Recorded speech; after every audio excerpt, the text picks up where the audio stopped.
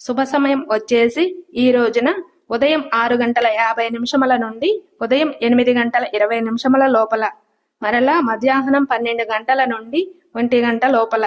కావున మీరు ఈ రోజు పూజ చేసుకోవాలన్నా, ఉగాది పచ్చడిని సేవించాలన్నా, లేదా ఏదైనా క్రొత్త పనులు ప్రారంభించాలన్నా కూడా శుభ సమయాలను చూసుకుని మీరు పనులు అనేవి ప్రారంభించుకోండి.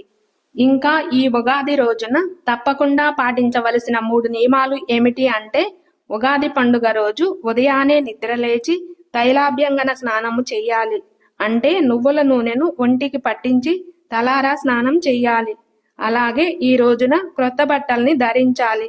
అలాగే మన ఇంటి సింహద్వారానికి, పూజా మందిరానికి చక్కగా మామిడాకులతో అలంకరించాలి.